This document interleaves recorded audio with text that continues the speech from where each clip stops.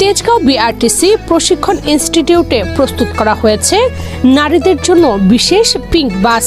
রাজধানীর সড়কে আলাদা এই বাস সার্ভিস চালুর সব প্রস্তুতিও ইতোমধ্যে শেষ করেছে সংস্থাটি।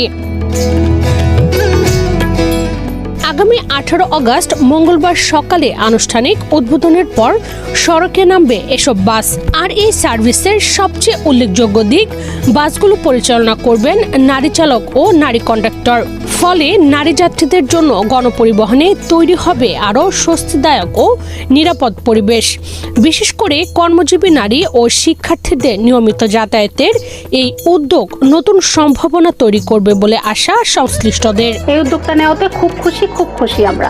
ধন্যবাদ মাননীয় প্রধানমন্ত্রীকে। খুবই সুপার এক্সাইটেড, কারণ হচ্ছে এই প্রথমবার বাংলাদেশে চালু হতে যাচ্ছে মহিলা বাস সার্ভিস। এবং বাস সার্ভিস আগেও ছিল, কিন্তু এই নজিরবিহীন যে আমরা একজন মহিলা ডাবল ডেকার এত বড় একটা বাস কন্ট্রোল করব, তো খুবই আসলে ভালো ফিল করছি আর কি নিজ থেকে। শুধু বাসের রং নয়, নারীর নিরাপদ যাতায়াত নিশ্চিত করাই এই উদ্যোগের মূল লক্ষ্য।